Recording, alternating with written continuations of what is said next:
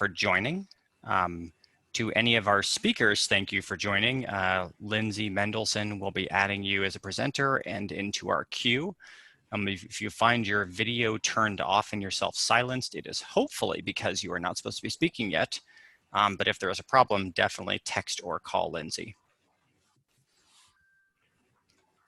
I should let everybody know that this is the first Zoom webinar that I have moderated or facilitated. The number of attendees probably by a factor of 10. So if we get through this night smoothly, it will be a miracle.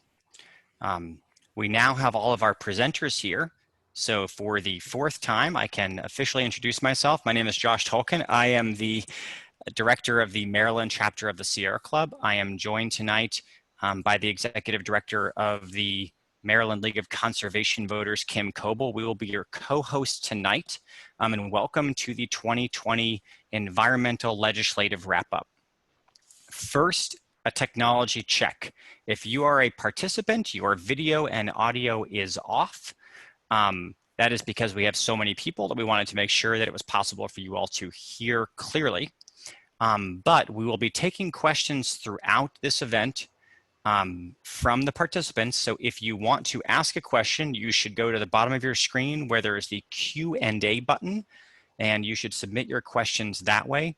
If you know the name of the legislator or person that you want to ask your question of, please put it in. That will help us. We'll try to get to all the questions that we can. But if we can't get to any of the questions, please continue to have this conversation with us on Facebook, email us, or engage. This is the very beginning of a conversation about what happened in 2020 and what we can do in 2021.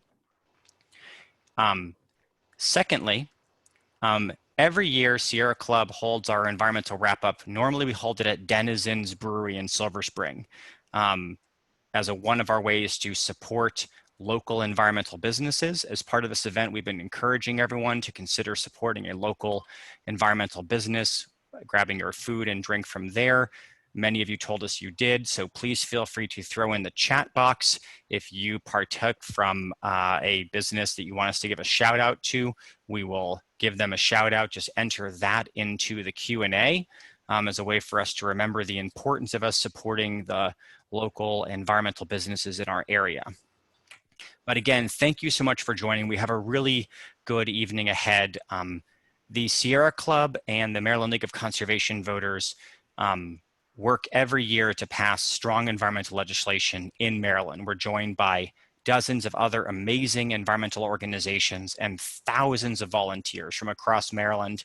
The boards of Maryland LCV, the volunteer leaders of the Maryland Sierra Club who step up to make the environment a top priority for the legislators and the people of Maryland. And every year we organize this event so that we can talk about what happened. We can talk about the victories, we can learn from our mistakes and defeats, and we can figure out what we can do from here. We wrestled with whether or not to do this event this year. It is not a normal year. And we decided that it was really important for us to have a conversation about what happened, what we can learn from it, what we don't understand, and to mark this moment so that we can figure out how to move from what happened and where we were at to continue to protect the environment. And I'm excited to introduce or allow her to introduce Kim Coble, the executive director of the Maryland League of Conservation Voters, who's going to tell you a little bit about her take on the 2020 legislative session and introduce our first speakers who are going to tell you about some of the issues we'll be dealing with tonight. Great. Thank you, Josh. And I want to welcome everybody that's on the call and especially our speakers. It's great to have such an enthusiastic response to an 8 p.m. webinar. I think that could be an interesting social science study as to why we're all here, but it's great to have so many people. We also want to acknowledge that yesterday was the 50th anniversary of Earth Day, and we want to carry that theme through to this evening, where we can really create a vision and a momentum to have a sustainable Earth. So please keep that in mind as we talk tonight as well. You know, who would have ever believed we'd be sheltering in place while suffering the consequences of a global pandemic? There isn't one of us who has not felt the effects of this pandemic, and for many of us, One of the first significant impacts was the early closure of the Maryland legislative session, something that had not occurred since the Civil War. One of the impacts of ending 3 weeks early was, despite being on track and having strong bipartisan support for a lot of great environmental bills, many of them didn't make it through the process. We didn't end up with the list of accomplishments that we were hoping for. I would like to follow up on what Josh said and paraphrase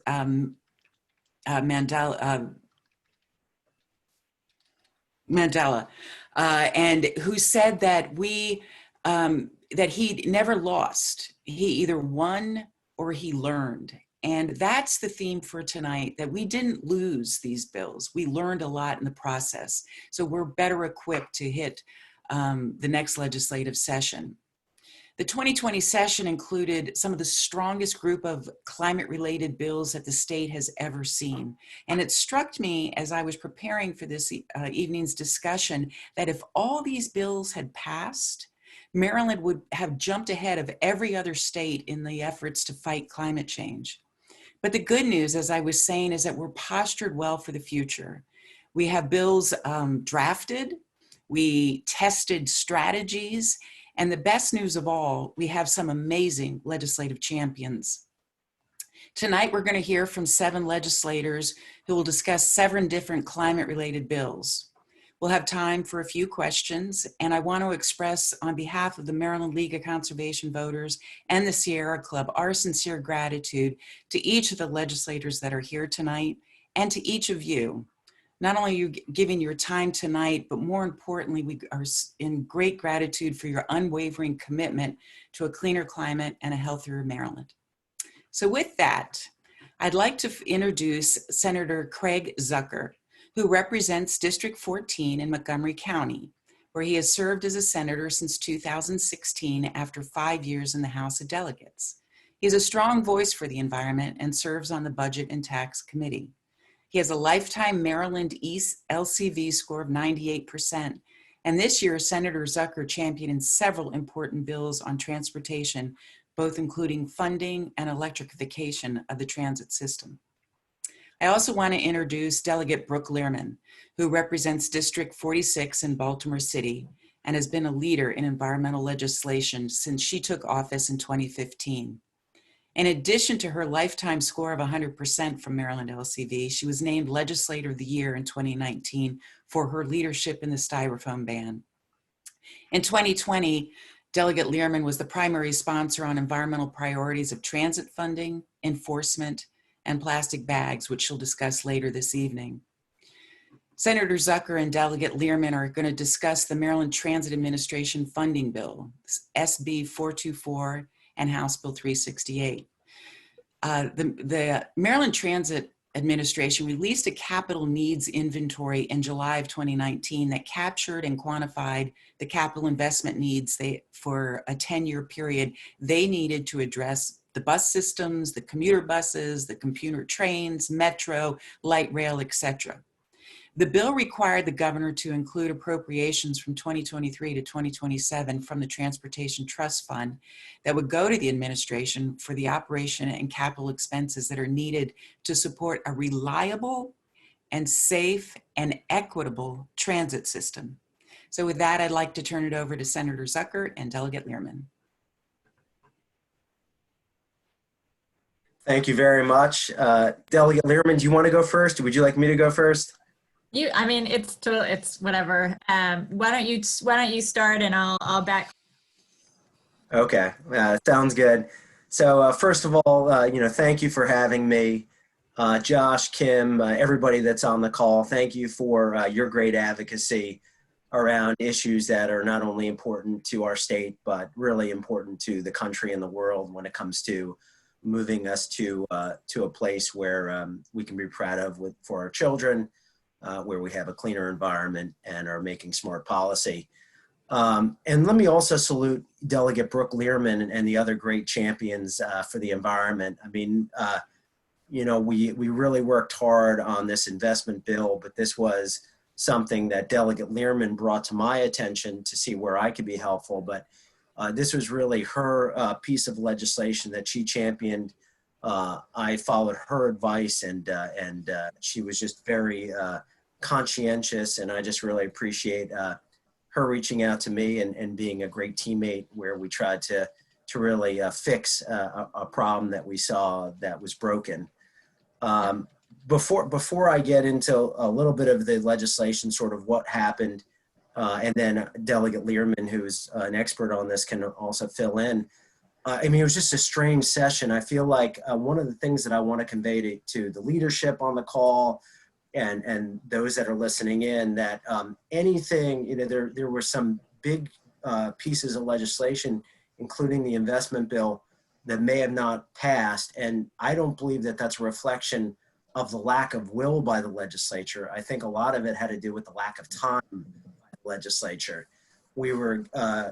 Session was truncated for about a month, as you heard from Kim, that this was the first time that we adjourned this early since the Civil War. And there were things that were that we would associate ourselves with as being not only strong on environmental policy, but strong on doing the right thing, that we just ran out of time for. And I think things just got caught up because we had a rush out. And I think some of the bills that we may hear about today or to this evening was caught up in that.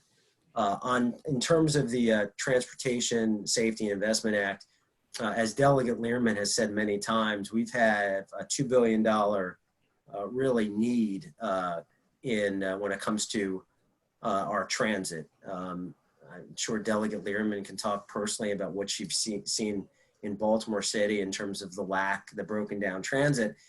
And that's why we were trying to make sure that we had at least a portion of the money, at least $300 million or more in investing in just the transit infrastructure to make improvements and make sure that people get to work on time. But we've seen what we didn't expect. I mean, if you had said to me that I'd be participating by Zoom, I would have thought you meant I was running fast or something, a couple months. Now we're, in the middle of this global pandemic, and the world has changed. So some of the things that we have to be mindful of, sort of where we are right now, is my understanding is that when it comes to MARC train, right now, commuter MARC train is down 95%. And when it comes to paratransit and commuter buses, they're down by 55%. So I think we're going to have to take a long look at this when we get back, what I believe on these type of issues in January. We were supposed to have a special session in May, but because we want everybody to be responsible with social distancing and making sure that we're personally responsible, it didn't make sense for us to go in May. I'm not sure when we're going to be going back for a special session, but I believe that these issues will most likely be addressed in January. And we're going to have to take a look at the Transportation Trust Fund overall. I mean, the economy is being crushed, but I also think that that it's going to be important to make sure that our transit recovers. So now we have other objectives, not only to make sure that that we're making sure that it's functioning to the level we want, but we also have to make sure that now it's just functioning. So I think there's a lot of things that we can work collaboratively on. But I did want to salute you all, because I don't believe that without Delegate Lehrman's strong support, without the Transit Caucus's support, without your all support, I believe that the bills that passed wouldn't have been done without you all, and certainly some of the bills that didn't make it through to become law wouldn't have even made it that far without you all. I do feel like we have great momentum. I feel like what we started this last session made a difference, and I feel like we have a lot of road, hopefully improved transit road, but I think we have a lot of road ahead of us to be successful. Thanks. Thanks, Senator. Yeah, I'll echo a lot of what Senator Zucker said. He was a great teammate in the Senate. We haven't had the opportunity to cross-file a lot of bills together, so it was fun, and we'll have to look for other opportunities. But first, I just want to say thank you. Craig was right when he said that this bill would not have gotten as far as it got without your support. It was very clear to leadership in the House and the Senate that this was a priority. They understood the hammering on them to get this out, did not let up, and it would certainly not have gotten as far as it got without sort of consistent, really strong hearing, press conference, rallies, and consistent showing up on Monday evenings and showing up in people's offices and making phone calls to senators and to House members to let them know how important this was. So a huge, huge thank you to all of you for that work. I also want to just talk a little bit broadly, very, very briefly about why the Sierra Club, and maybe Josh can do this too, cares so much, started, doing all this really important work, I think, in transit. And of course, that's because the transportation sector is the #1 source of air pollution in the state. And what we have learned through this pandemic, of course, is that if you live in a highly polluted area, you are much more susceptible to having a very serious case and dying from COVID-19. So what I take from that, frankly, is there's even more of an imperative, more of a public health imperative and need for us to rapidly reduce air pollution in the state to make sure that all of our communities are safe and healthy. So this bill and public transit in general is about building strong economies. We know that around the state, the strongest urban areas, the strongest economies are those with a very efficient and effective and reliable transit system. This bill is about building a healthier state and building a cleaner state. And the numbers, sort of the beauty of this bill was that we didn't make up any of the numbers. The numbers were all created for us from MDOT and from a study that MDOT released last July, demonstrating that there was a $2 billion gap in funding over the next 10 years between what MTA needs and what was currently appropriated. And unfortunately, the legislature it doesn't make sense, and we don't have the opportunity to change the CTP, the Consolidated Transportation Program, every year. We don't do line item budgets in the CTP. And so it was very important that we pass mandated funding to make sure that our transit system continues to function and continues to be safe and reliable. So we had a very strong showing this year. I know that many people who weren't aware of how bad and how serious the underfunding was now understand. We had an incredibly broad coalition of unions, business leaders, environmental groups, transit advocates, riders, paratransit and disability rights communities. So a huge, broad coalition that I'm enthusiastic about bringing back together next year. Even more important next year that we are fully funding our transit system, because one thing that's really interesting is that even though our transit ridership has gone dramatically down, MTA ridership has decreased less than nearly every other peer system. And so that just demonstrates how necessary MTA service is for our essential workers throughout Central Maryland. So really excited to keep working on this issue with all of you and with Senator Zucker. Thanks. Josh, I don't want to go too long. Nope. So Thank you so much. And Kim, if you want to unmute and join your video back in, that would be great. And Delegate Lehrman and Senator Zucker, thank you so much for that. Sure. And I will just echo, I am thrilled to not have to be the one to remind people that the transportation sector is the largest source of climate pollution in the state of Maryland. So thank you very much for bringing that up.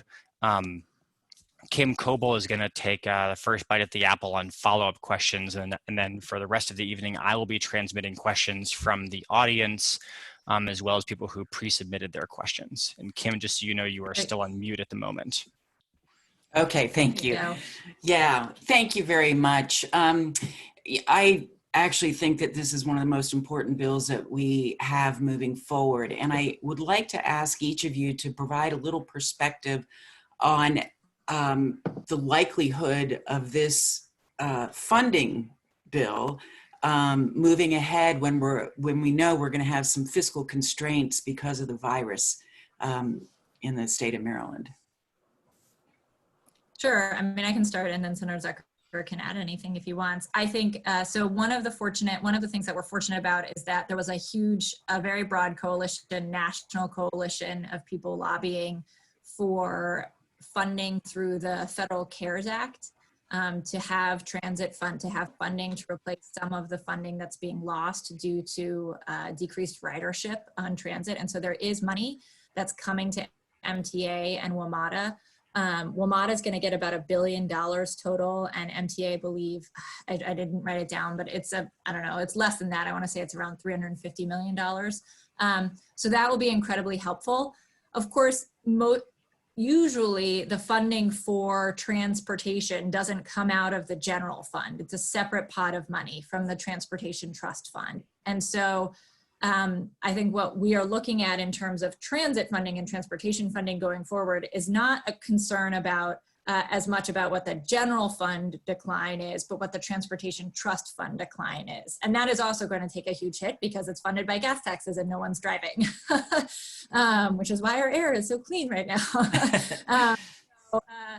But it is, I mean, just like we needed to for this bill going forward, we're going to have to decide what our priorities are. Like, do we want to have a state where people can get around and work and live without having to rely on a car to get everywhere? Many people who use transit use both transit sometimes and a car sometimes, but if you are in Central Maryland, you might not have the option to use transit because it's so unreliable.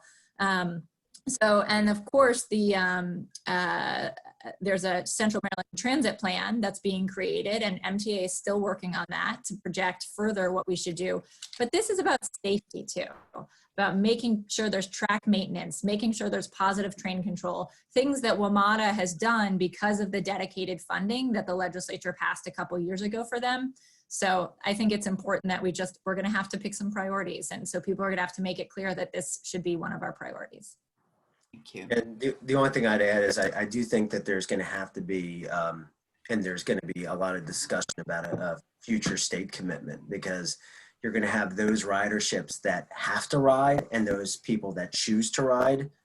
And, given, I don't know what the environment's going to be in the future around COVID-19, but if it's on and again and off again, I can see down the line, we're going to have to make a transit investment for the lack of ridership for those that can choose not to ride. So I think I can see the state trying, I can see the state helping in some way, but, and maybe this bill is part of it. Yeah, I appreciate that point. I think there is such a social and environmental justice aspect to this issue. Josh, I'll turn it over to you. Well, thank you very much. Because of timing, I think we're actually going to need to move on to the next speakers. But I really wanted to thank you so much for joining us.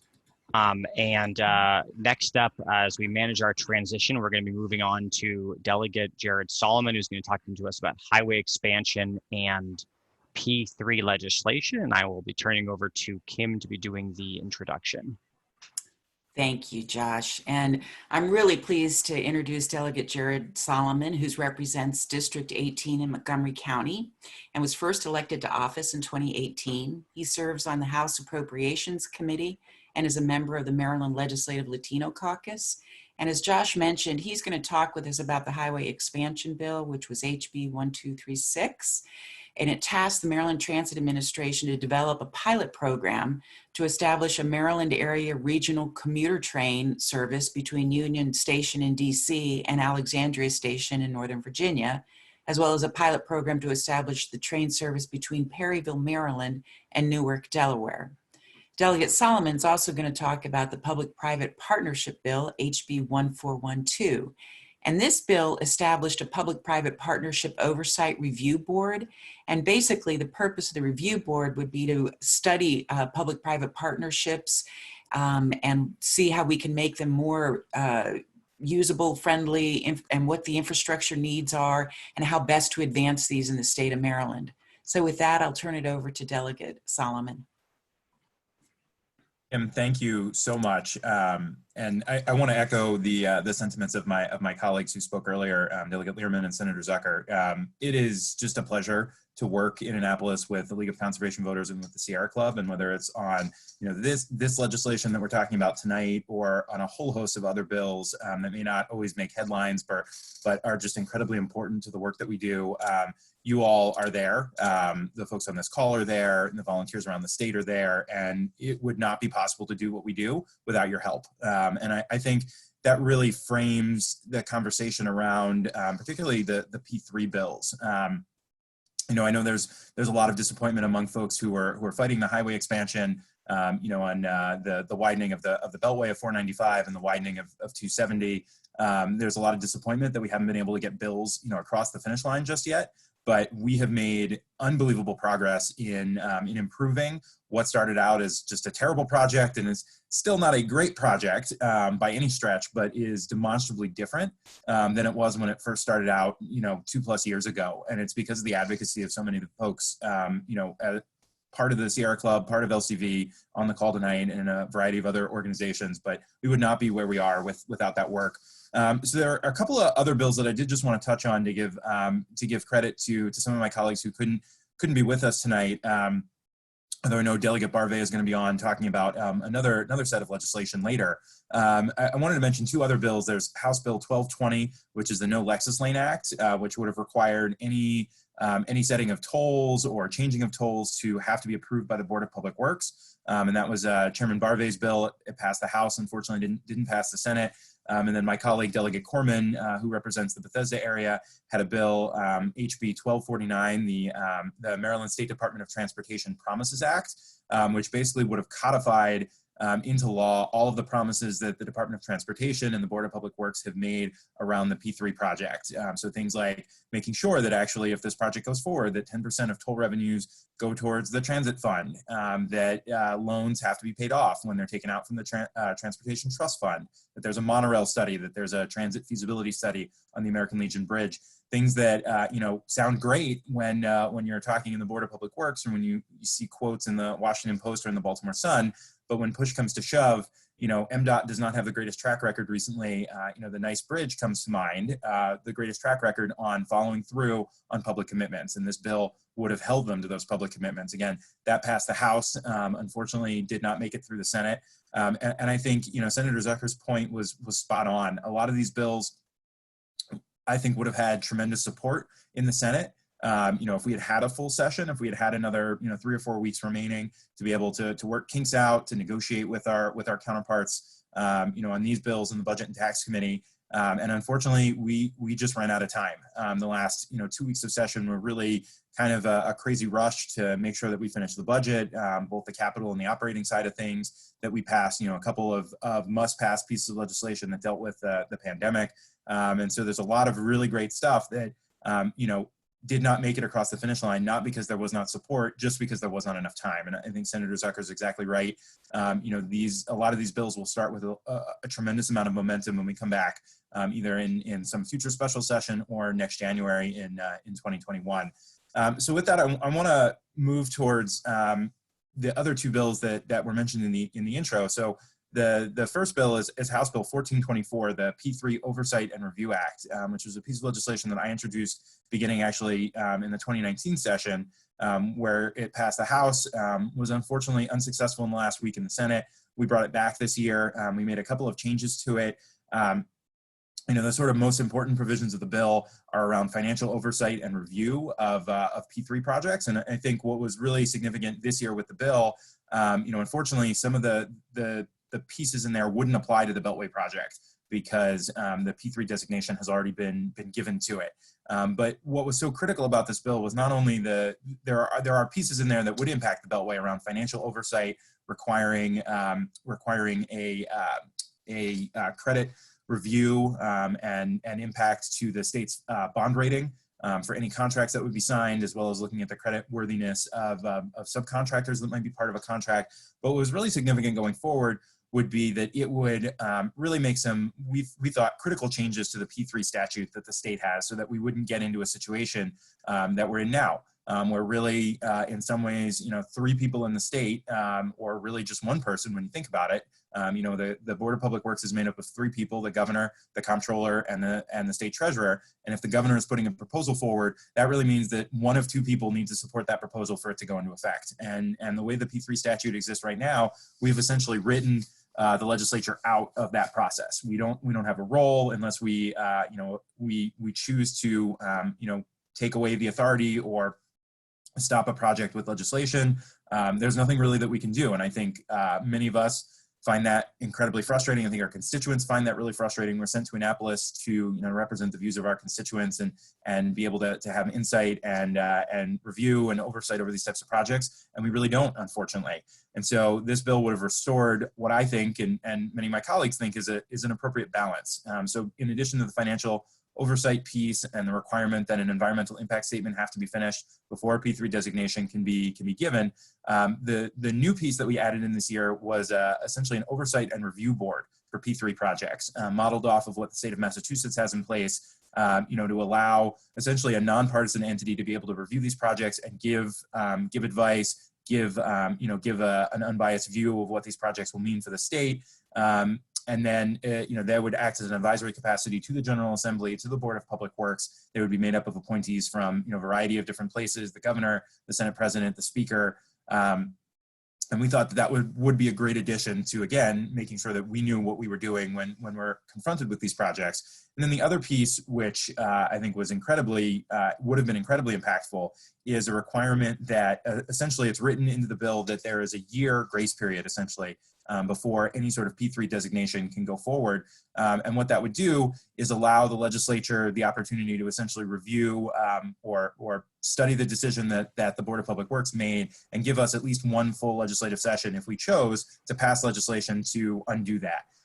So, you know, you couldn't just revoke their authority because of the constitutional role that the Board of Public Works plays in Maryland, but it would give the legislature an opportunity to pass a bill that said, we don't believe Beltway expansion should go forward, or something to that effect, or, you know, we don't believe this P3 project should go forward. And so, you know, again, this bill was not just focused on the Beltway. It was about restoring what we believe is the proper role of oversight and accountability, you know, to make sure that these types of projects don't get completely and totally out of hand. You know, we don't believe that there may always be a role for P3. You know, the Purple Line, which I support, and I know many of the folks on this call support, is a P3, but it was done differently. It was done with an environmental impact statement. You know, so unfortunately, that bill, you know, overwhelmingly passed out of the House. It had some other provisions in there that I think our colleagues in the Senate would have been really interested in, that we had been talking about in the process, and unfortunately, you know, we just ran out of time. But I think what's really critical about, you know, particularly the Beltway project, before I move on to the last bill, is, you know, that the way I think we'll be commuting going forward could potentially be radically different. You know, many of us have been talking about the merits of telecommuting, and while this is a terrible situation, you know, the small silver lining is that in a matter of weeks, we went, you know, we've basically changed the way that many of us are able to work. And by definition, the way that we commute. The last stat that I saw from SHA, the State Highway Administration, was that highway traffic has been down by about 50% at the minimum since we started the lockdown. And, you know, frankly, I've talked to a lot of folks who, you know, sort of sit and think, why do we really need an office anymore? You know, for those of us that have the luxury to be able to telecommute, I don't necessarily see that changing. And so at a time where I think we are going to see a dramatic reduction in congestion and commuter traffic on our highways, why are we spending what could potentially amount to $10 to $15 billion of money to widen a highway when we may not need it anymore? And you know, the corollary to that is when you look at other P3 projects around the state that rely, or around the country that rely on toll revenue, that toll revenue is just bottomed out. And so is there going to be even a financial market that supports these kind of projects and supports these kind of companies like Transurban that, you know, if people aren't driving on the roads, they're not making any money. And so I think there will be tremendous momentum for these types of bills, and just, I hope, a strong reassessment of the project from the comptroller, from the Department of Transportation, to really question, is this the time now, you know, even as we emerge, is this the time to do a project like this when, you know, frankly, the commuting patterns in our transportation systems could look radically different, you know, for decades. Thank you, Delegate Solomon. That's great. And we might I have a quick question. I don't know if we have time for more, but do you intend to introduce these bills again next year? Yes, yeah. Okay. So, hopefully we will have a Senate cross-file for 1424. That's my bill. I can't speak to the other two. But yeah, it took a little while to get all the language drafted. The provision of the year review point took a little massaging with legislative counsel. And so we didn't actually get the bill until almost the last day almost the last day for us to introduce bills. So yeah, hopefully we'll have a Senate cross-file and a lot of support next year. Awesome. That's great. Josh, And how we doing? thank you so much. We are over time, and yet there's some great questions. So I'm going to shoot one question towards Delegate Solomon. Tony Hausener asks that we understand that the Maryland Department of Transportation has made some major changes to the procurement process, and wondering if you could comment on that and if you think that changes our strategy at all. I don't really think that it does. I mean, unfortunately, we're still in a somewhat limited position. I think, our partners in county government in Montgomery and Prince George's have done just yeoman's work, particularly the National Parks and Planning Commission. And so I think our strategy is still to, pressure the comptroller, pressure the Board of Public Works to see sort of the error in their ways. And continue to bolster our county folks who do have a little bit of a role to play, because ultimately, the National Parks Commission will have to approve, any sort of land that's given over. And I think, because our legislative role is somewhat limited, the advocacy and outreach, and, frankly, the comptroller has already announced that he's running for governor. So I'm not saying anything that is out of turn. And, he's looking at his political future, and as those winds change potentially, advocacy and activism from folks on the ground is really, I think, what makes a huge difference in his mind.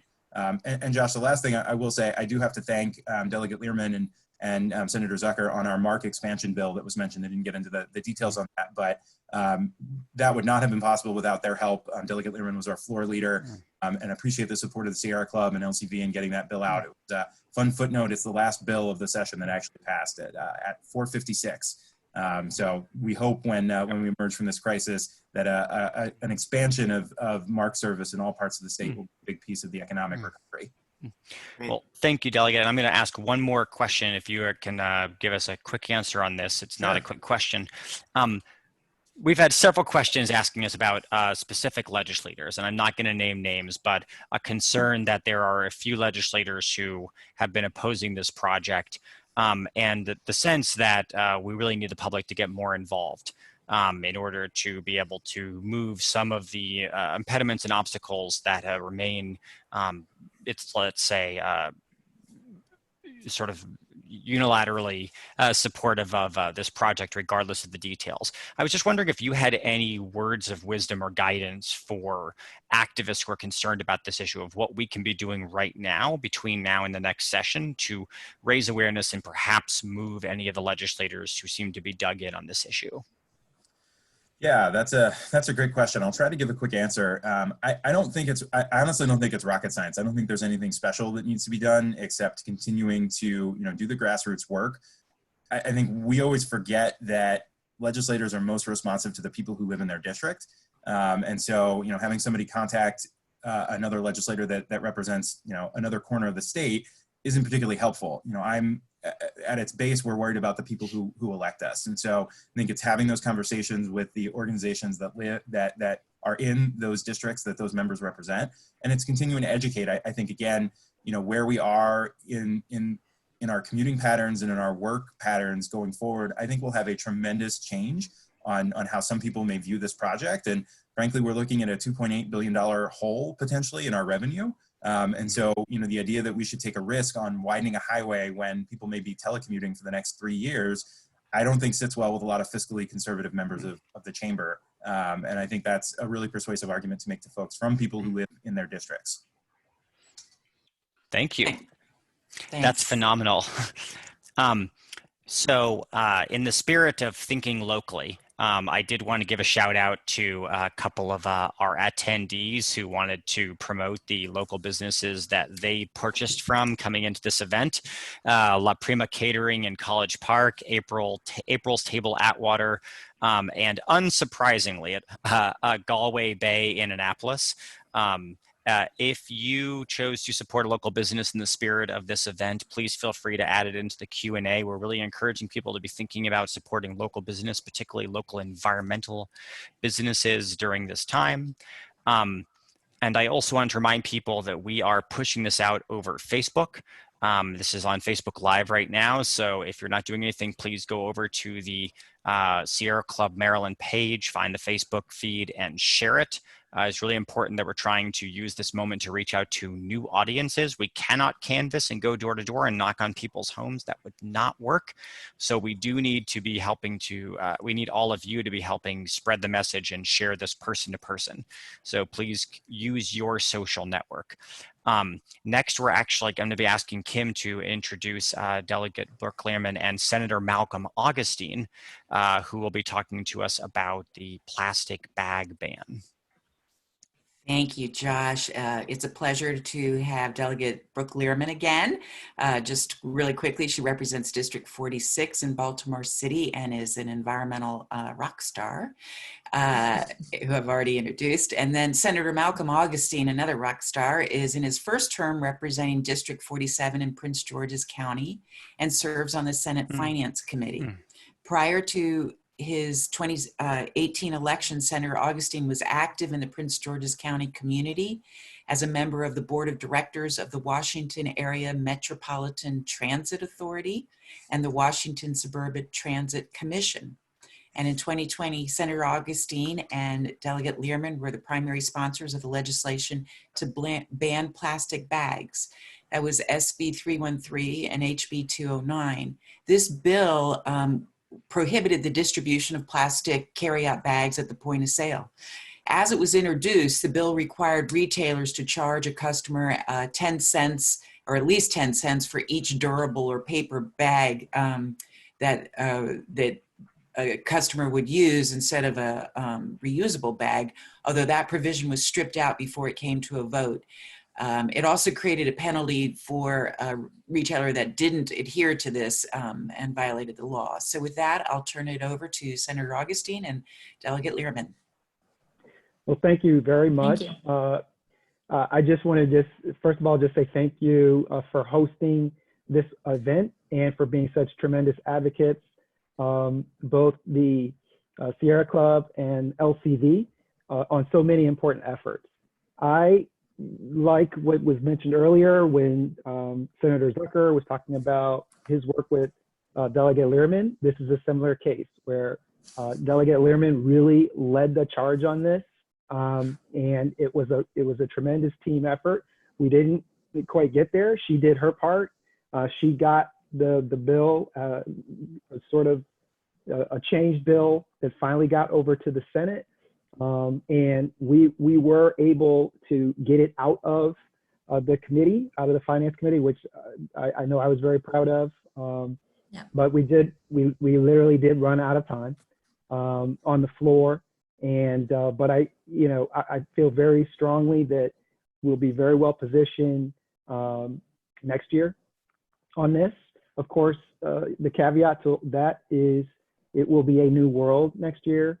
I've been grateful to LCV and Sierra Club for kind of pushing back on this idea that plastic bags are better on carry out. I mean, there's a steady effort that's going on that is out there we'll have to deal with, but been very proud of the effort, and I'll let Delegate Lehrman talk about it some more.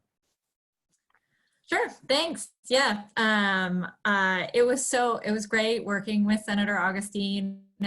We had a lot of meetings together with advocates and with opponents, and opponents who were trying to turn into advocates. And I made it to his office a lot, and he made it across to my office a lot for meetings. And it was really teamwork. And Sierra Club was phenomenal. Obviously, Josh and Lindsay were great, but I just want to give a special shout out to Martha Ainsworth, who and all the volunteers who did the collection of data for bag pickups and bag usage at all the different stores around the state. I mean, it was incredibly compelling and really interesting data that people really were fascinated by and helped a lot. So I anticipate questions about the fee being removed. And so I think I'm just going to jump to that, if that's okay, and say, how this bill went in was, I think we agreed, the best public policy as banning plastic bags and providing a minimum charge for paper. Just like you pay for a can of beans, you got to pay for a bag at a grocery store. It could not get out of committee that way. We would not have had the votes to pass. And when we took the minimum charge requirement out, not only did we have all of the Democratic votes, which we would not have had if we'd kept the minimum charge, we picked up Republican votes as well. That's really important. And it's especially important to be in a strong position leaving the House when you go to the Senate, where they have the filibuster, where they're able to take up a ton of time to kill something, where there was going to be more opposition, and where the margins of Democrats to Republicans are slimmer. And so it was really a political reality and moving the ball forward a little bit, even if not as much as we wanted to. It was also important to remember, and this was very obvious in the data of the bag collection, that, and something that we heard time and again from leaders in the General Assembly and other Democrats, is stores can already charge for bags. We don't, and some stores do, of course. So the requirement to make them do it, some retailers wanted that, some retailers really didn't. And so there was a real split in the business community over that. And that also contributed to the need to remove it, to get it passed. So I was really proud of the product that we got out. It was way more than we've ever been able to pass in Maryland through either chamber before. I was thrilled that it got out of the Finance Committee, really exciting. And I think what our goal is now, and what I hope Sierra Club members will take to heart, is that we need to make sure that the plastics industry isn't using COVID-19 as an excuse to keep plastic around. There's no reason to believe that the world going forward should continue to be littered with plastic bags. And I think it's really important that whenever that narrative, whenever you see that narrative being put forward, that you react not in a defensive posture, but as in a sort of offensive posture. Like, no, in fact, this is why plastic continues to be bad. Single-use plastics continue to be harmful to our environment and world. Of course, plastics plants, which are being built around the country, contribute to air pollution. And, we can go on in the policy, and I won't do that tonight, but I do think that it's very important that we have discussions about that we have op-eds placed in papers over the next 9 months, and that we continue talking about the damaging effects of single-use plastic bags. Thanks.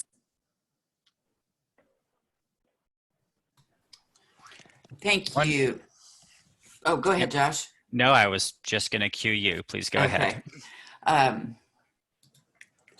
Yeah, thank you very much. I wanted to follow up on what you just said about basically what we can anticipate in 2021 on this bill. And so wondering if you both plan to put the bill back in, if so, what it might look like. And also with the pandemic, there has been a lot of conversation about the need to have these single use so we don't spread germs. And if you think that will be an argument that will take hold, or that we can really control it. And actually, Senator Augustine, I'll start with you. Well, we've talked about it, and it is definitely our intent to come back with this. I know it is mine to come to lead sponsor this again. I think that we start from where we ended, and for sure. It's not to say that things aren't going to necessarily be tweaked or changed a bit, but we were very close with a product that was a solid product. And we very well, I think that it had a mix that was prepared to pass both chambers. So I think that is, for me at least, the place that we start from. And that was after a tremendous amount of work with a whole bunch of folks, a lot of compromise, which is a part of this process, is compromise. And so it's a compromise that a lot of legislators were on board with and were comfortable with.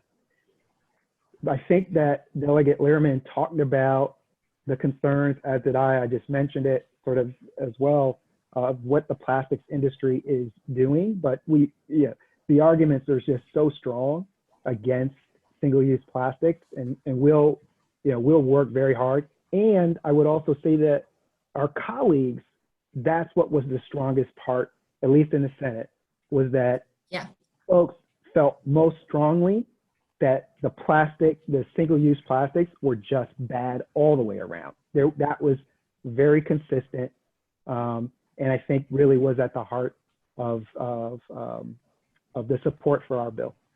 Right. Agreed. Yep, I agree. I think everything he said is correct, and I think it gives an opportunity for Sierra Club and other organizations to work together at the local level too, if they want to impose paper bags. But also, one of the arguments was always that, well, there won't be enough paper bags, to which the answer was, well, then stores will charge for them because they'll cost more. So we don't need to pass it. So, but I do, and I want to echo that we are committed to this cause and want to bring it back next year, but it will be much easier to do that if there are consistent sort of anti-single-use plastic bag letters to the editors and op-eds being placed over the next 9 months in every little local paper and PTO newsletter and everywhere. So just help us by keeping up your amazing work, and thank you for all the great work that you do out there. Thank you so much. And we had a question from the audience.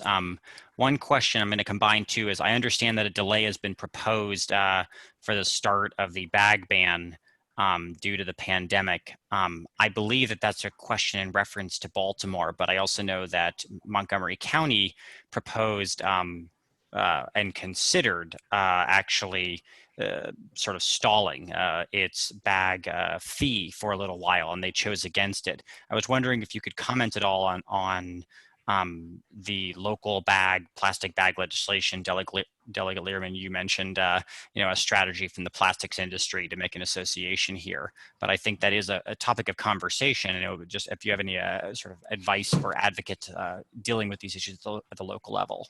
Sure. I mean, I think it's just really important at the local level to be in touch with your city council person or your county council person, and, out of the blue, drop them an email or write them or give them a call and say, hi, I voted for you, or I'm your constituent, and I want you to know that even though the plastics industry is using COVID as an excuse to say that we should keep single-use plastics around, I fully support the plastic bag ban, and I don't want you to, or plastic bag fee or whatever it is in your county, and I don't want you to undo it. I mean, just as simple as that. It's so, it cannot be overstated how important it is for each of you to reach out to your local county council people or city council people, not through blast emails always that Sierra Club or LCV sends out, but just on your own. And, thank them for the work they're doing, tell them how you're doing, and say, keep up the good work on getting rid of single-use plastics. I just think that's very important. Wonderful. Thank you so much. We did have one last question. What should I do with the plastic bags from the grocery store that are tattered and not able to be used? Throw them in the trash. Unfortunately. I believe the only acceptance location that I'm aware of for plastic bags, at least in Montgomery County and Prince George's, is Mom's Organic Market, and they have a collection location. So a couple grocery stores do, but the truth is that they're few and far between, and it's not currently really economical. So please do it, because it's the right thing to do if you can find a location. But we really do need to ban the bags, because they're not currently economical or widespread for any type of recycling system. Oh, and Jared Solomon notes that Whole Foods also collects them, apparently. They do then, I will say, once you put them in those, they do then end up on a huge semi-trailer, spewing lots of awful pollution, driving all the way to Ohio, is my understanding, to actually put into something. So cost and benefit, I don't know. Yep. And that's why we note at the end of the day that reduce comes before reuse and recycle. Yeah, exactly. Thank you so much. Thank you so much Thank for you. having us, Yeah, Senator thank you so Augustine, Delegate much. Lehrman. Thank Yeah. you so much for joining us tonight. My pleasure. Thank you Keep for up the having great us. work. Stay safe. Thank you. Thank you. And I will be asking Kim Coble to be introducing our next panel of Delegate and Chairman of the House Environment and Transportation Committee, Kumar Barve, and Senator Chris West. Thank you, Josh. It's a real pleasure to introduce these two gentlemen. Senator Chris West represents District 42 in Baltimore County. He was originally elected to the Senate in 2018 after serving in the House of Delegate from 2015 to 2019.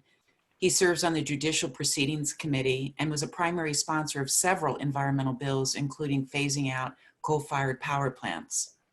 Chairman Kumar Barve represents District 17 in Montgomery County. He served in the House of Delegates since 1991 and as chair of the Environment and Transportation Committee since 2015.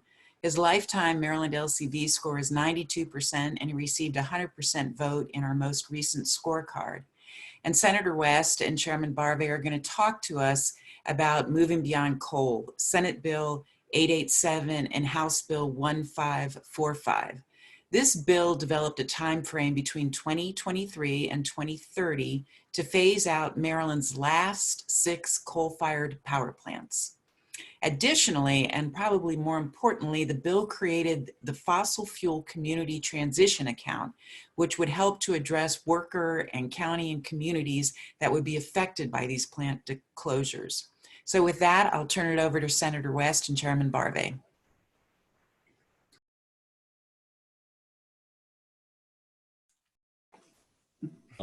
Here we go. You want to go first, Chris?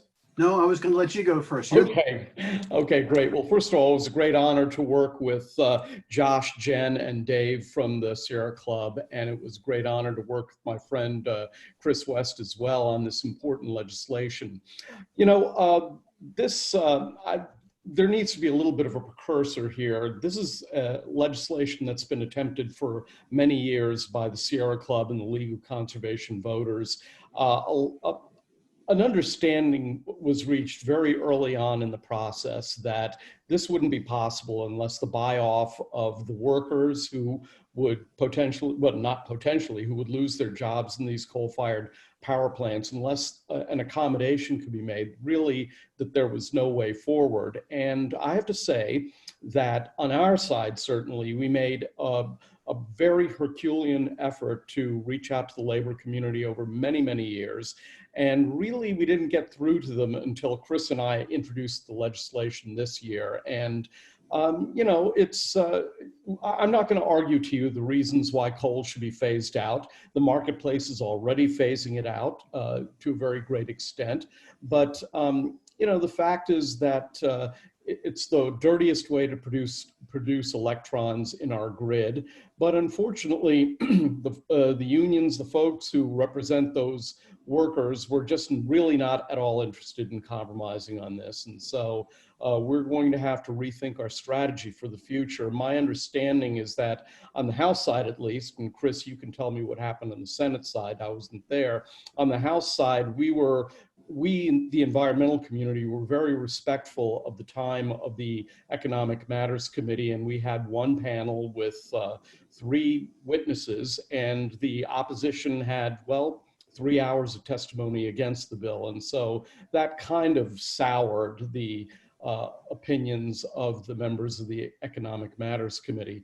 Chris, why don't I let you put your take on it, and then maybe we can follow up with more details. I just don't want to talk forever here. You're an interesting man, want to hear what you have to say. All right, thanks, Kumar. First of all, I also need to extend my congratulations to Josh and Jen and David Smedick, all 3 of whom worked very closely with us. In fact, I don't think I've worked on a single bill in 6 years where the support coming from the advocacy community has been as sustained and effective as on this particular bill. One thing that happens when you introduce bills like this is you learn a lot about what's going on in the process of getting ready for the hearings. So I had no idea, for example, that the 6 remaining coal plants in Maryland were used for a grand total of 17 days last year. So that means 348 days those plants sat empty, not used, fully staffed. So it's sort of like the modern version of the Maytag repairmen. They're all sitting there waiting for the phone to ring. And only when peak demand occurs are those plants turned on. Under normal circumstances, we get all of our electricity from sources other than those 6 plants. This year, they were predicting, their estimate is that the plants will be used 14 days. And given the collapse of the economy, my guess is that, well, there will be no peak days this year. And those plants will simply sit unused, fully staffed, 366 days this year. So yeah, one thing, Chris, let me just interject. Yeah. These plants are being paid by power generators just to be on standby. So they're literally, they're there as a backup provision. So they're getting a lot of money for doing very little, but when they are operating, they're incredibly polluting. Go ahead, pardon me for interrupting. No, you're right. We never got a chance to actually sit down with the people who have engineered this system, which it's called PJM. It's an interstate transmission organization. I want to ask them how this model works economically. Who is paying for ultimately for all these people to sit there and twiddle their fingers? My guess is it's all of us through for the money we pay each month for our electricity. That doesn't seem to make any sense to me. Beyond that, they're the second biggest source of pollution in the state of Maryland, even though they don't operate very often. I don't see how this model is sustainable on a long-term basis. This summer, I'd love for Kumar and me to sit down, and the Sierra Club people as well, other advocates with the PJM people, and try to find out what is your long-term plan. Do you really expect to continue this kind of an operation for the out years? As I say, economically, it just seems to be it makes no sense. Yeah, you know, the people who run the PJM network, people get mad at them when rates go up, and people get really mad at them when you flick on the light switch at 2 in the morning and no electricity flows. And they view, I mean, you know, they get yelled at for high rates, but they get fired for not producing electricity. And, you know, for the most part, the networks view the PJM network views coal-fired power plants the same way most of us view the spare tire in our car. It's something you don't want to use. Ideally, you'll never use it, but you need it occasionally. And so really, I think for the long term, the strategy has to be more one of building up our ability to store electricity from renewable and clean sources so that we don't need to have dirty coal-fired power plants as our spare tire. Now, we already have programs to encourage R&D into electric power storage, but I think we're going to have to get much more serious as a state in broadening those strategies. And let me just finish by saying that this plays into the question of the employees as well. The employees were the big opponents to this bill, but at some point, these plants are going to close. Coal is the most expensive way of generating electricity these days. Everything else is cheaper. Nuclear is cheaper, hydroelectric is cheaper, natural gas is cheaper, everything's cheaper. Coal is the most expensive. One of these days, the companies are going to make a decision to shut these plants down. And if we haven't put into effect the sort of fund that this bill contemplated to provide for transition money for the employees are simply going to find one day when they get to the plant that doors are locked and the lights are off, and they will have nothing to help them with the transition. So really, I really thought our bill was being proactive to try to deal with an oncoming problem, which clearly is going to occur, namely the closure of these plants. Thank you very much. Great conversation. Chairman Barbee, I want to have you follow up on Senator West's point about the transition. And can you talk a little bit more about what that would mean for workers, what kind of provisions were in the bill, what you can envision through the bill for these workers? You know, as a practical matter, I don't know how much money you can pay to somebody to replace a job where they're not having to work very much. I mean, you know, let's be practical about this. But I mean, it's true. I mean, these communities and these workers and these local governments are going to have to be supported in some way. And I think it's completely appropriate to use the SEEF fund, the Strategic Energy Investment Fund, as a way to smooth out that transition. But I mean, at the end of the day, though, you know, it would be a tragedy if we shut down these coal-fired power plants and the immediate response was to just build another natural gas-fired power plant. And, you know, once these plants are designed, are built rather, they're up and running for 50, 60 years. It costs money to shut them down 20 years into their run. And so really, for us as people who care about greenhouse gas pollution and global climate change, the emphasis, in my belief, is that it has to be more on electric power storage and strategies such as those, because, you know, no matter how good a grid is, you're going to have days when the demand peaks. It's just going to happen. It's part of the nature of the beast. I mean, all of us are here and we're watching our computers at, what is it? It's 9 o'clock at night. We're part of the problem. Bedtime. Thank you. Senator West, I have a different question for you. And I want to acknowledge that you are a Republican in the Senate, and we appreciate your environmental commitment and leadership. And can you talk to us a little bit about how we can better engage other Republicans in the environmental and climate change fights? Well, I guess the operative word in that question is the verb engage. Josh engaged me about halfway through my 4 years as a delegate, and came up and said, let's talk. And he appreciated some of the votes I'd cast and suggested we try to work together. And we have worked together. But this past summer, he came up at the NICA conference and said, hey, would you like to work with us on this particular coal bill? And I said, sure. So that's one thing. You need to engage the Republicans and not just ignore them. Number two, legislation is a collaborative process. And sometimes it's better, I believe, to get 80% of what you want and make a little compromise along the way in order to get broad-based support for what you want.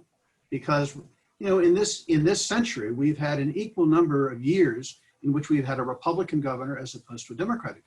And I think it's better to have broad-based bipartisan support for these bills so that when you do get a Republican governor, you're not going to get an administration which attempts in one way or another to sabotage what you've accomplished legislatively.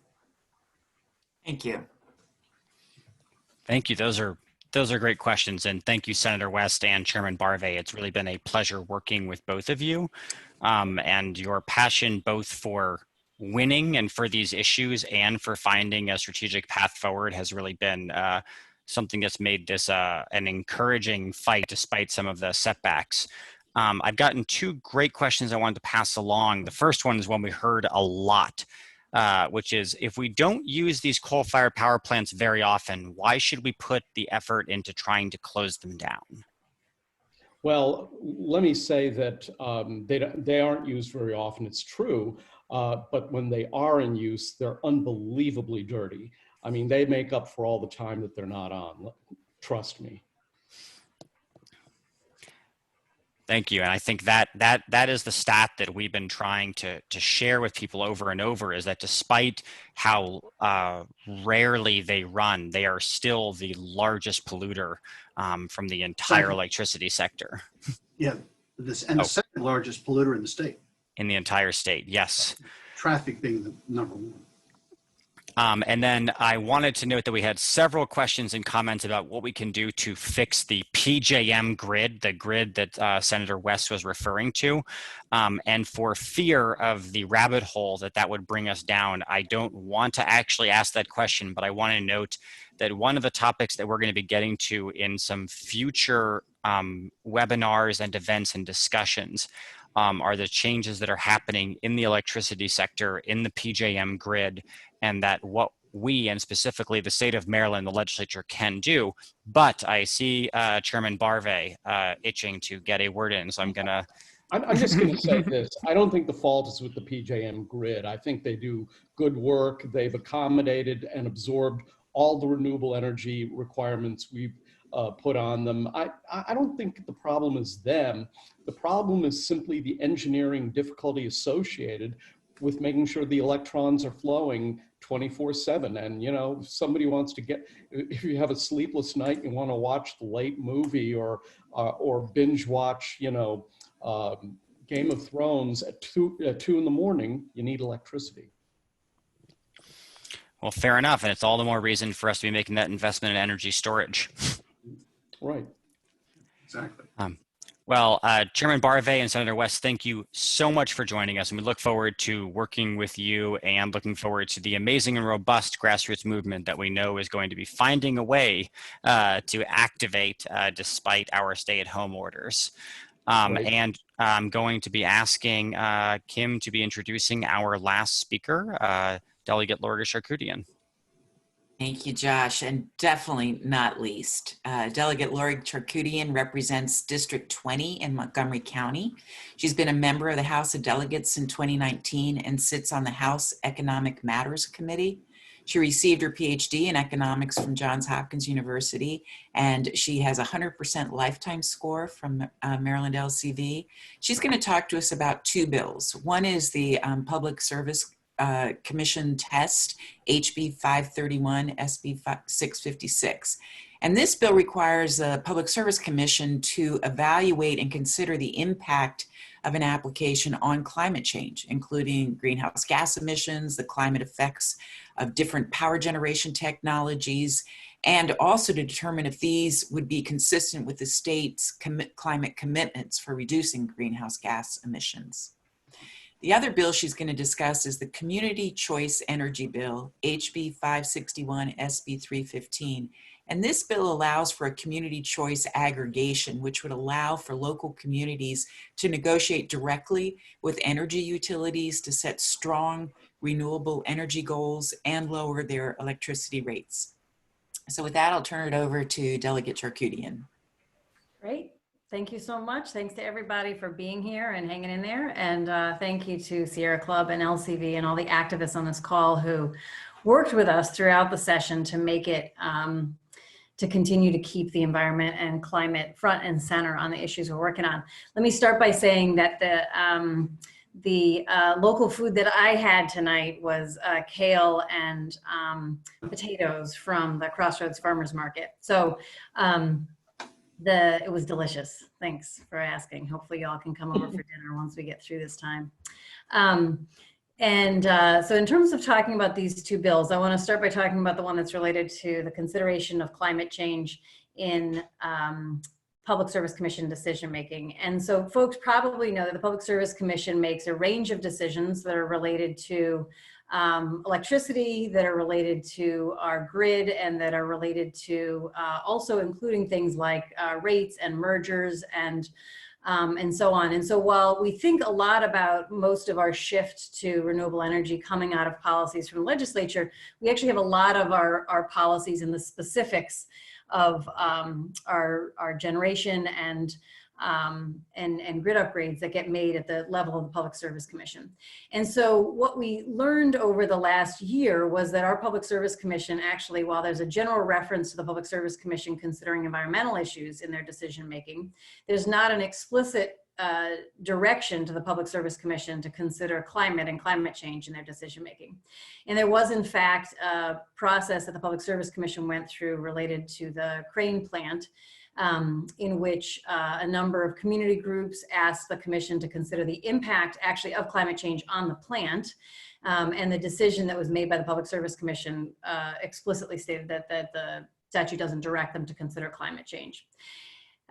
You can also see this issue of whether or not climate change is being considered in the decisions that the Public Service Commission makes around things like rate setting, but you can also see it in things like mergers. And we had another really interesting sort of outcome in the last couple of years where we had the Alta Gas, Washington Gas merger that was approved by the Public Service Commission in Maryland and also in DC.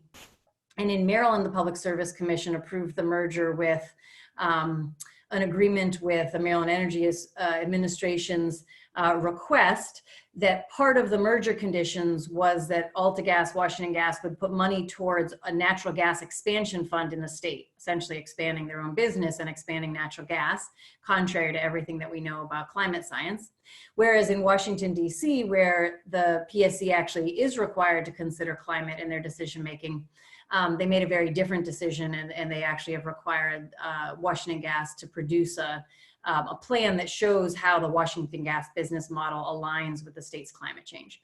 So those are two very specific examples, but you can consider the really wide range of examples of where it would be crucial for the primary regulatory agency that regulates energy in the state to consider climate change. It almost seems like a no-brainer.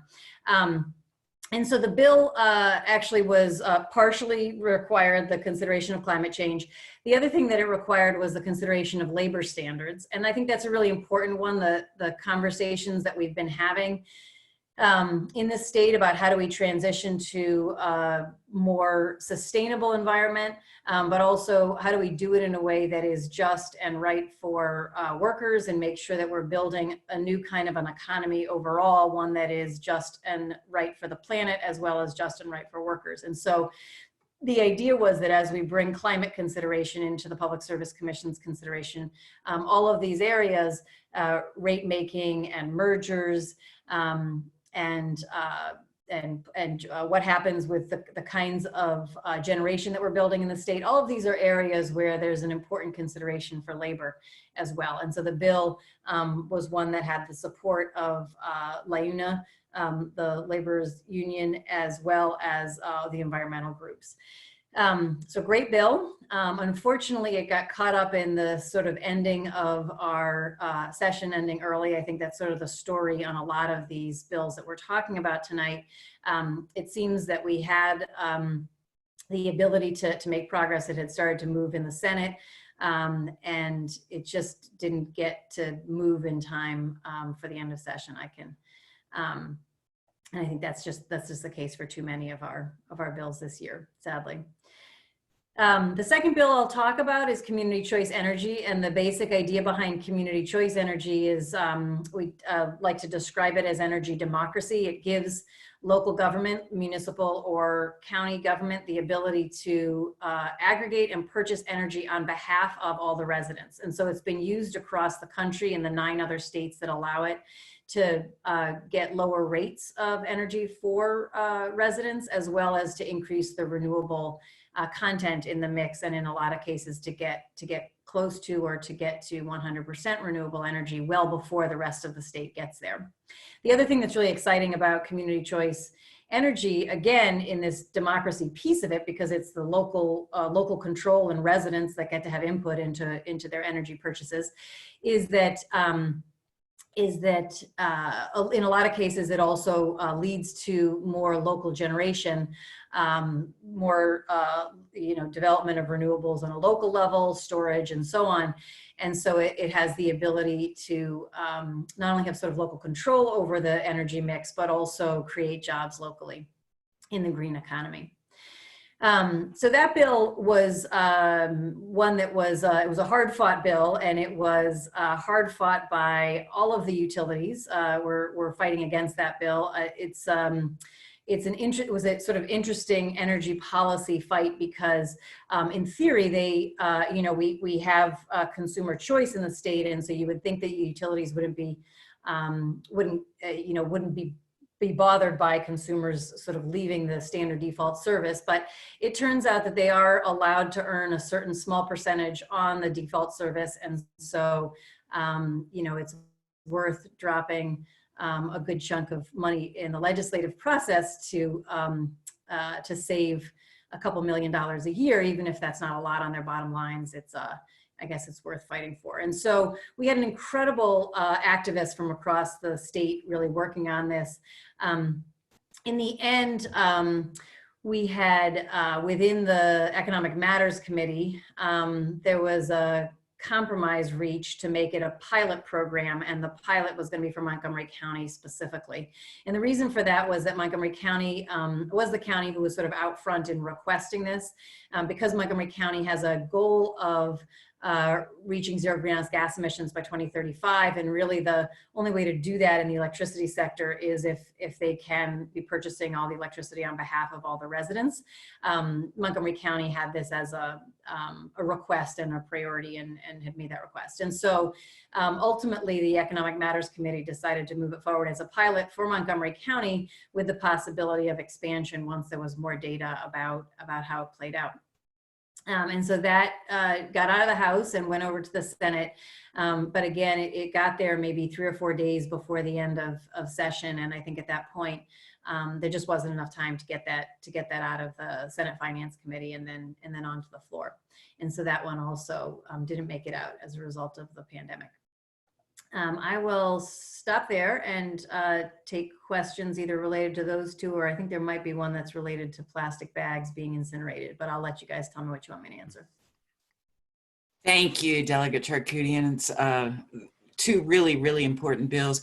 I had a follow-up question on the PSE bill.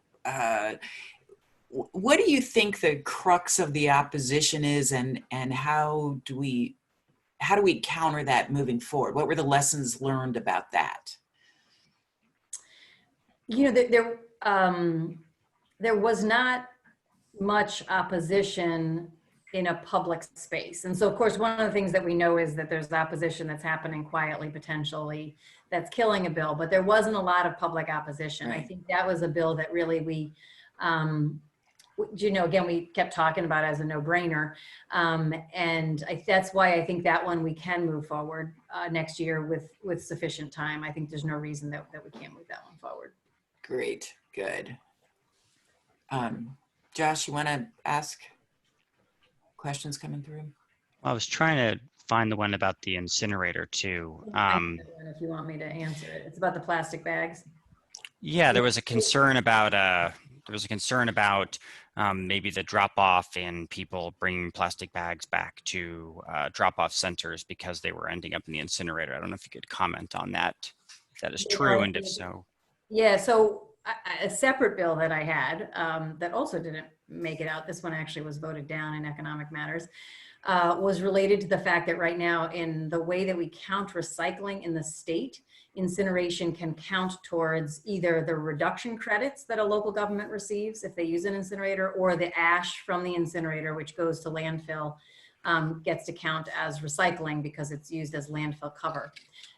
So it's a pretty abhorrent sort of policy to have, to count incineration as recycling, just as in general. And so when I originally put this bill in, actually, to take it out of the recycling count, it was more from the perspective of just accountability and transparency, and we ought to know what we're actually recycling and not have these sort of fudged numbers.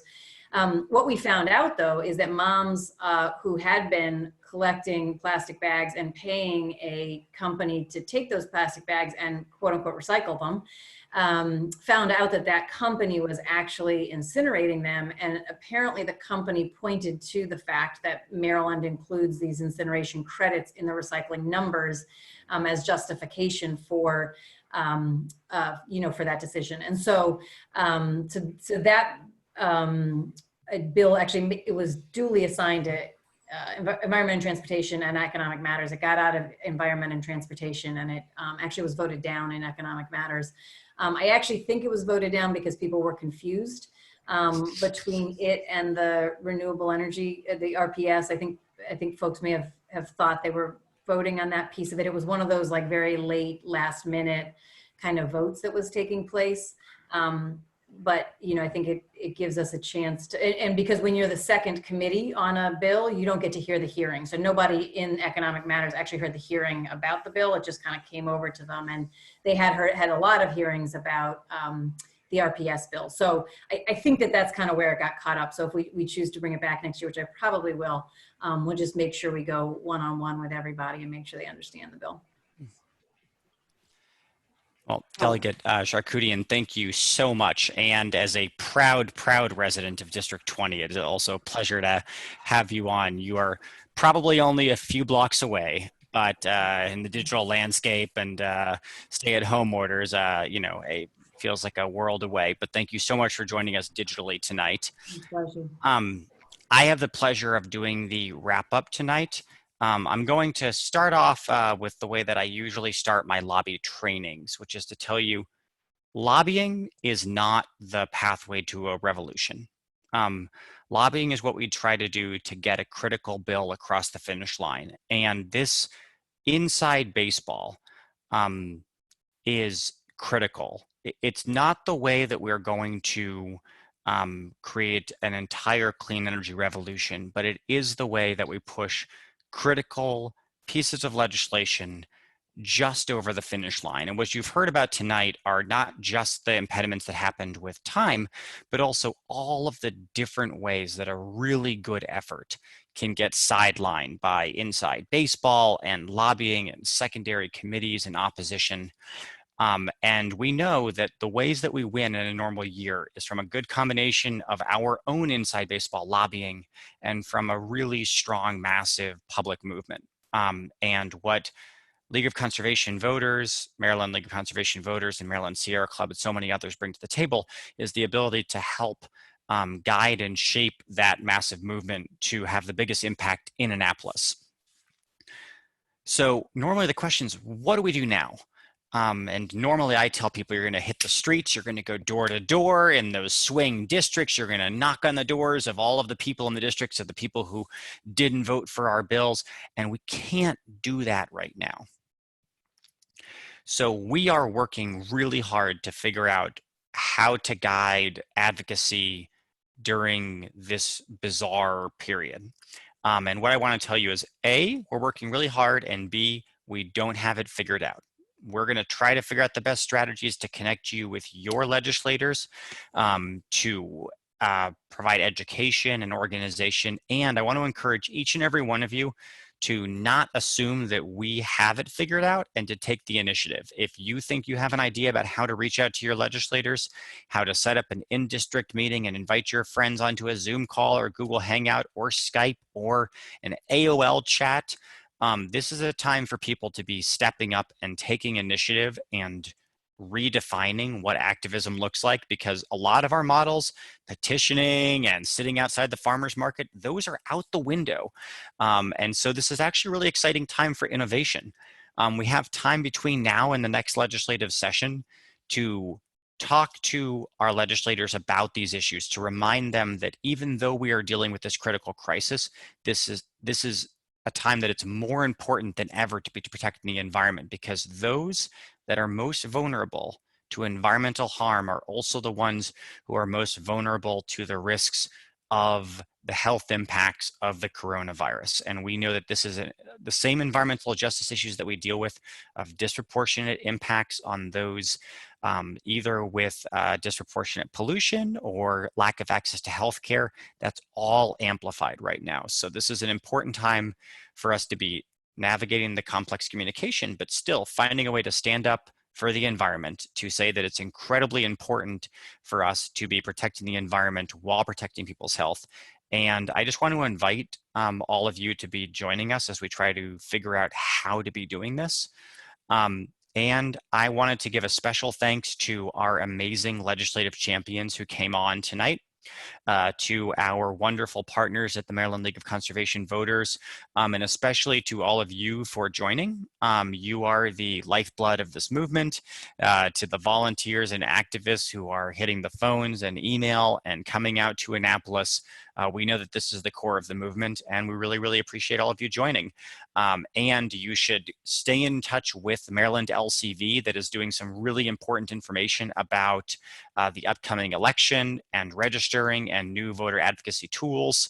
Stay connected to the Sierra Club. We're going to be following up with all the legislators and certainly talking with Delegate Charkoudian and others about the upcoming PJM grid regulations that are coming down the pipe and all of that wonderful wonky stuff that keeps us excited and awake at night. So from Maryland LCV and the Sierra Club, thank you so much for joining. It is 9:31. It's time for us to wrap up. So we'll bid you adieu. Thank you very much, and we'll be in touch soon. Thank you, everyone. Thanks a lot.